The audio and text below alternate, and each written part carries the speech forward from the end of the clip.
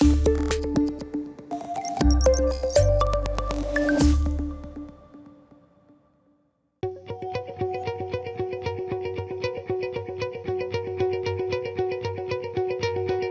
my course is about how technological change can actually drive social change and vice versa. So the AIs were actually relevant because they're a driver of social change right now.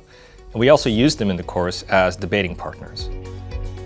So the idea was to use these LLMs to give students exposure to arguments that they might not normally be exposed to. So to that end, we had a conservative GPT, we had a progressive GPT, we had a neoliberal GPT.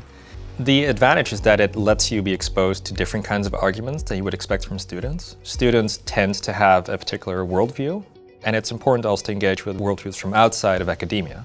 And that's what these GPTs were really useful for. You could simulate engaging with a conservative lawmaker or with someone who's interested in trade from a neoliberal paradigm, and it let students really sort of dig into issues in an angle and in a way that they would not have normal access to.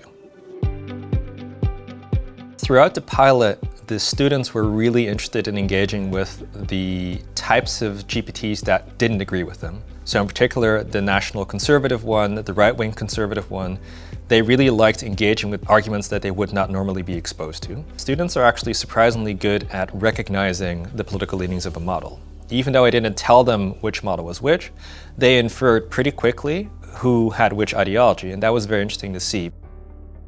I thought it was really great. Most of the political discussions I'm used to involved questions of left or right or state interventionism, but they stay in that 2D space. But the AI that we used instead had 5 dimensions, which allowed it to provide much more nuanced answers to any questions I might have had. I would give 2 pieces of advice. One is don't be afraid of AI, but really embrace its potential.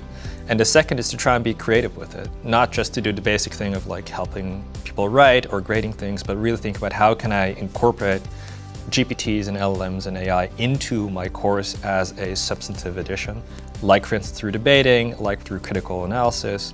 There's so many different ways you could do it, so just don't be afraid.